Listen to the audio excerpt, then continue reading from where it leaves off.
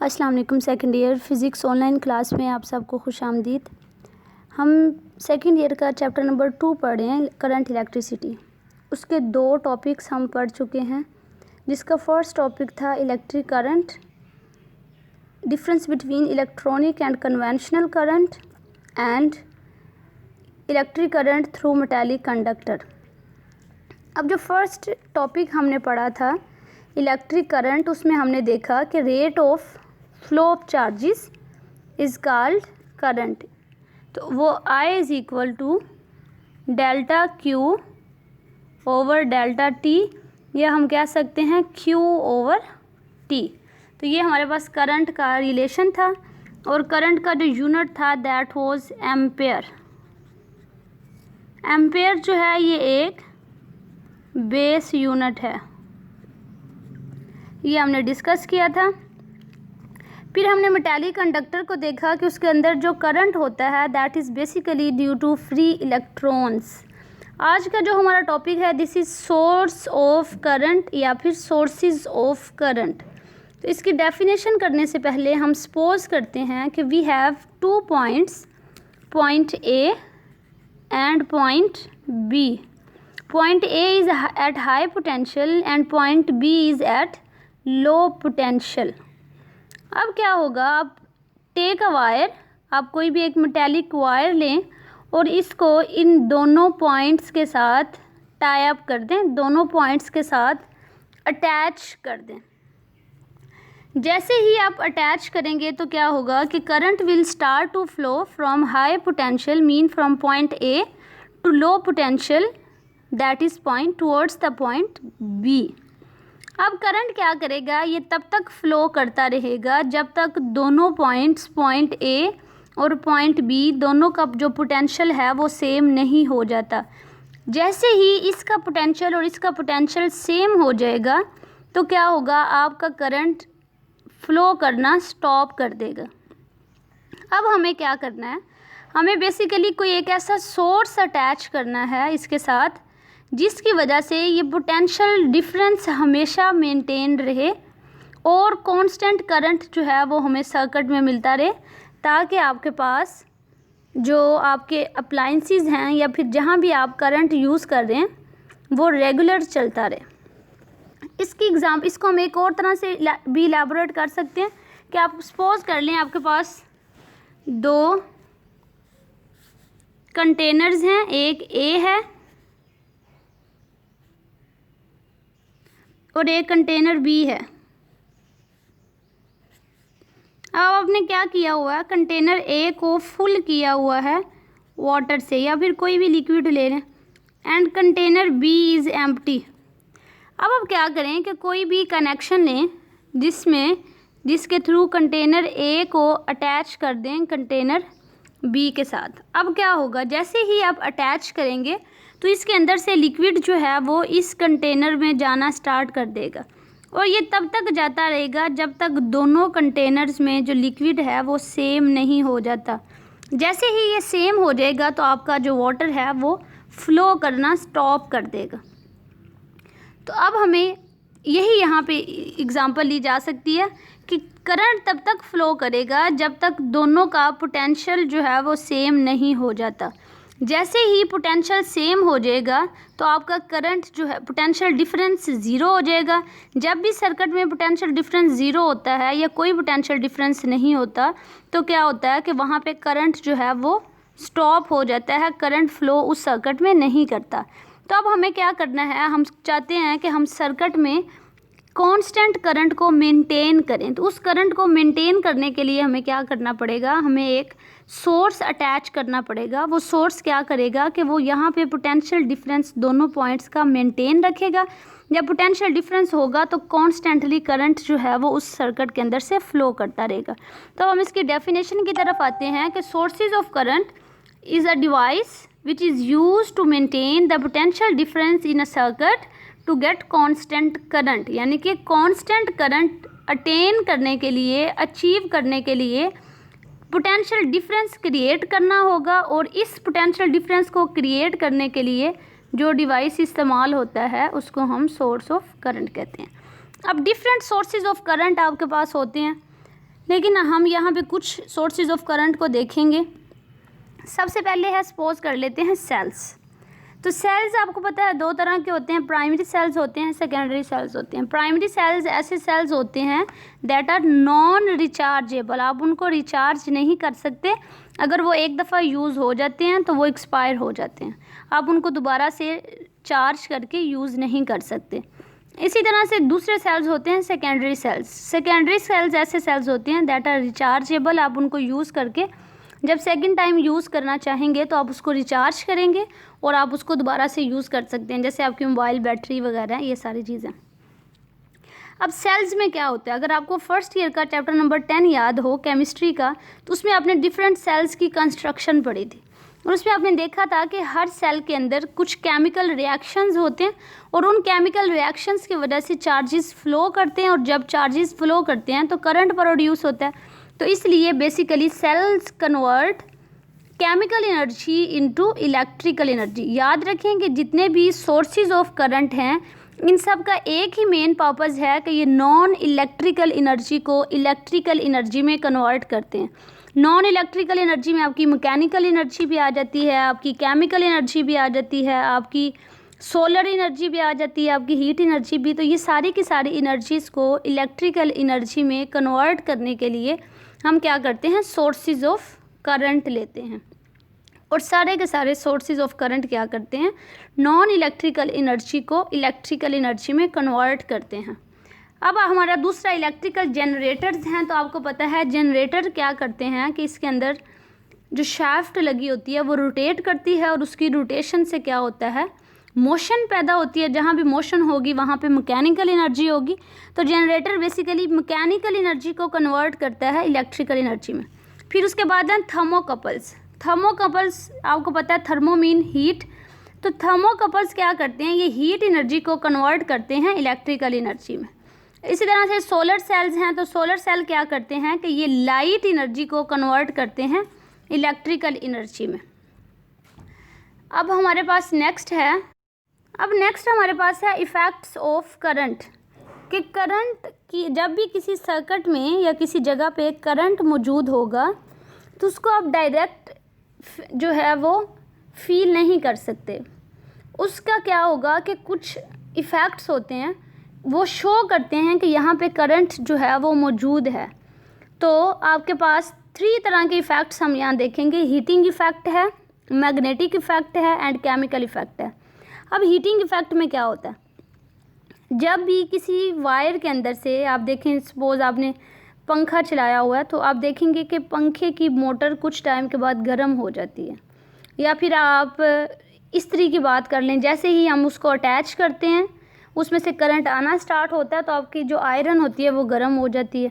इसी तरह से अगर आप बात कर लें आपके जितने भी हीटर हैं तो हीटर में भी क्या होता है, हम जैसे ही करंट आती है, करंट के आने से वो जो उसके अंदर कॉइल लगी होती है वो कॉइल जो है वो हीट प्रोड्यूस करना शुरू कर देती है। तो इसको हम कहते हैं हीटिंग इफ़ेक्ट ऑफ करंट, कि कहीं से अगर करंट पास कर रहा है तो उस करंट के पास करने से क्या होता है कि उसमें हीट जनरेट हो जाती है, जिसको हम कहते हैं हीटिंग इफ़ेक्ट। अब बेसिकली हमने देखना है कि हीटिंग इफ़ेक्ट का जो मेन सोर्स है या उसकी मेन रीज़न है, कॉज है, वो क्या है। तो अब हम उसके लिए सबसे पहले उसी तरह से एक मेटालिक कंडक्टर लेंगे। मेटालिक कंडक्टर आपको पता है इसमें एटम्स होते हैं, तो हम एक एटम कंसीडर करते हैं। ये आपका एटम है, ये न्यूक्लियस है, पॉजिटिव चार्ज है और ये आपके शेल्स हैं और and this is valence shell. Valence shell के अंदर जो इलेक्ट्रॉन्स हैं दीज आर वैलेंस इलेक्ट्रॉन्स। अब जैसे ही आपको पता है मेटल्स के अंदर वैलेंस इलेक्ट्रॉन्स और न्यूक्लियस के दरमियान जो फोर्स होती है वो बहुत कम होती है, अट्रैक्शन। तो हम क्या करते हैं, इसको थोड़ी सी भी अगर आप थर्मल एनर्जी देते हैं यानी कि थोड़ा सा टेम्परेचर हाई कर देते हैं तो क्या होता है कि ये जो इलेक्ट्रॉन्स हैं ये इस एटम के इन्फ्लुएंस से बाहर निकल जाते हैं। तो ऐसे इलेक्ट्रॉन्स को हम फ्री इलेक्ट्रॉन्स कहते हैं। आपको पता है जब भी कोई एटम इलेक्ट्रॉन लूज़ करता है तो उस एटम पे पॉजिटिव चार्ज आ जाता है और उसको हम केटाइन कहते हैं।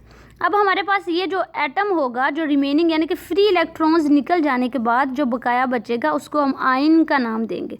तो अब ये आपके पास मेटालिक कंडक्टर है, इसके अंदर ये रेड वाले में अब फ्री इलेक्ट्रॉन्स शो कर रही हूँ इस तरह से। और जब आपने इसको किसी भी बैटरी के साथ अटैच नहीं किया हुआ तो इन इलेक्ट्रॉन्स की जो मोशन होगी that would be random motion, यानी कि ये अप डाउन लेफ़्ट राइट चारों तरफ मूव कर सकते हैं। अब आप क्या करें कि आप इसी मेटेलिक कंडक्टर को या इस मेटेलिक वायर को अटैच कर दें एक बैटरी के साथ।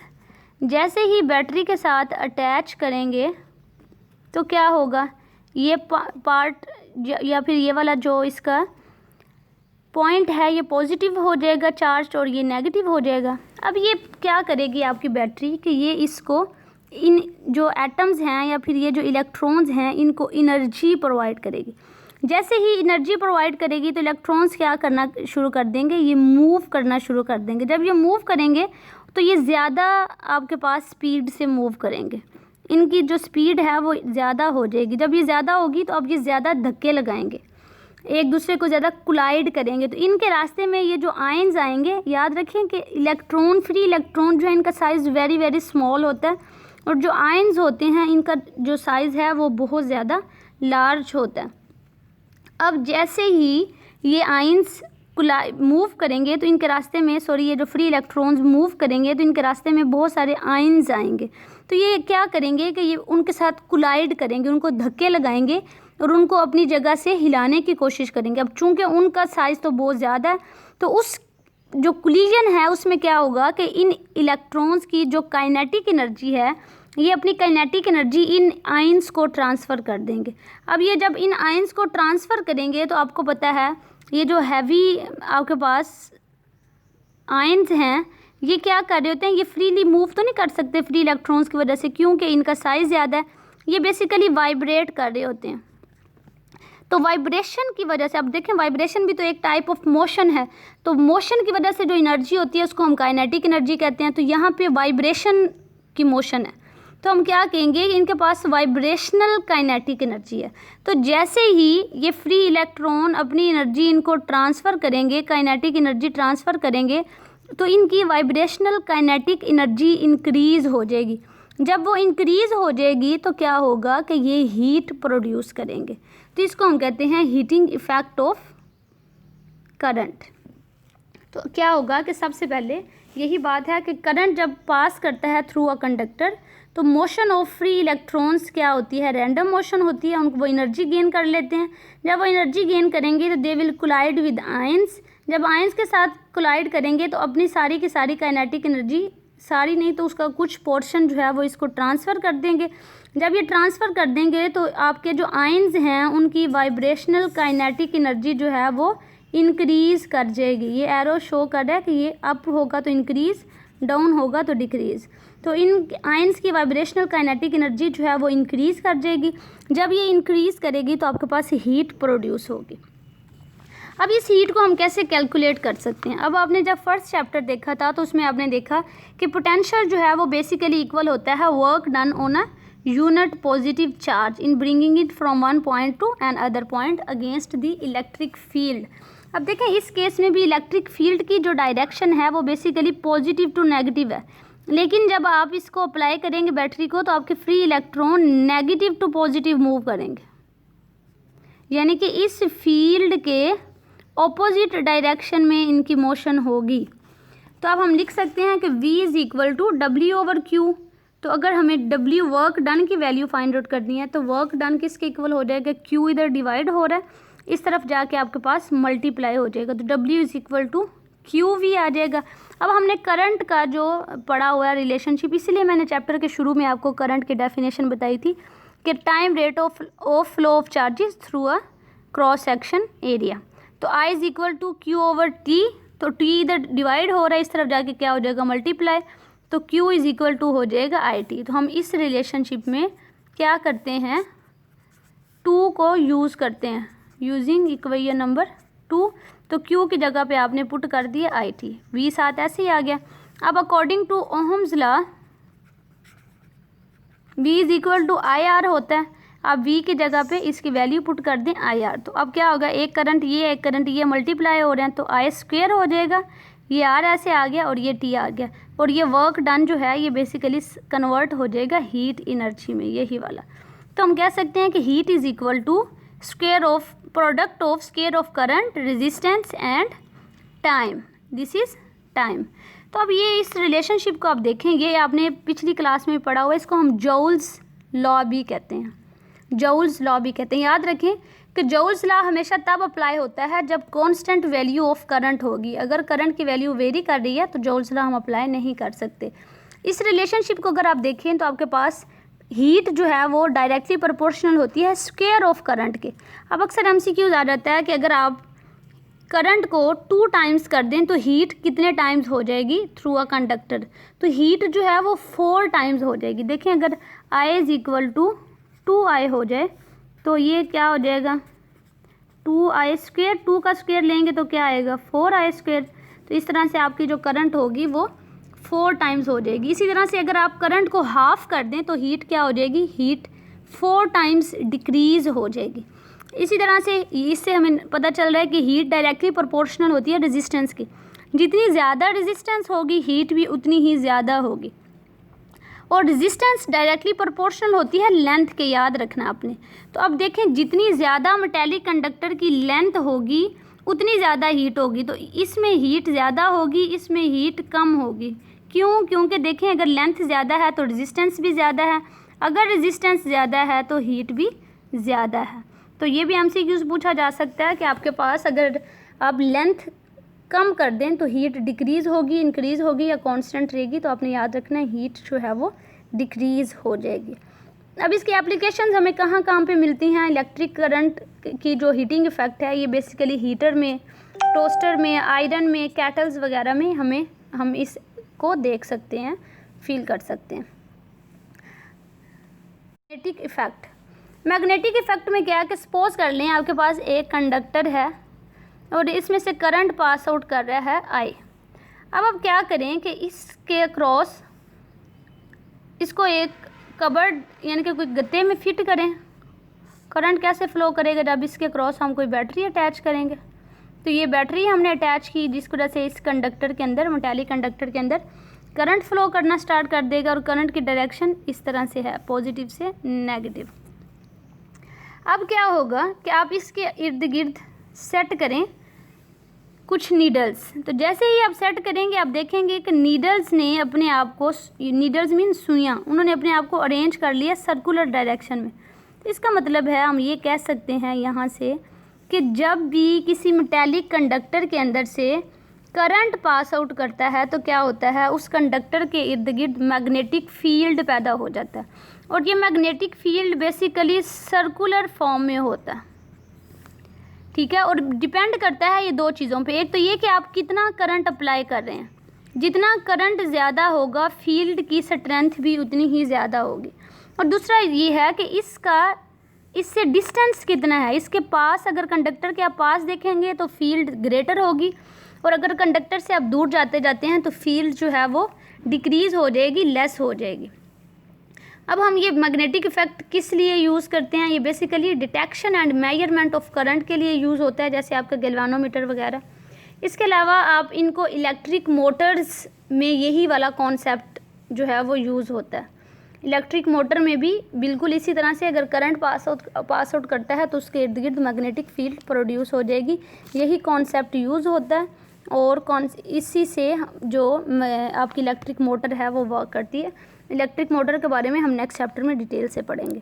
तो अब याद रखें मैग्नेटिक फील्ड को डिटेक्ट करने के लिए हम जो यूज़ करते हैं, हम कंपस यूज़ करते हैं, और कंपस की जो नीडल है उसकी डायरेक्शन शो करेगी नॉर्थ पोल ऑफ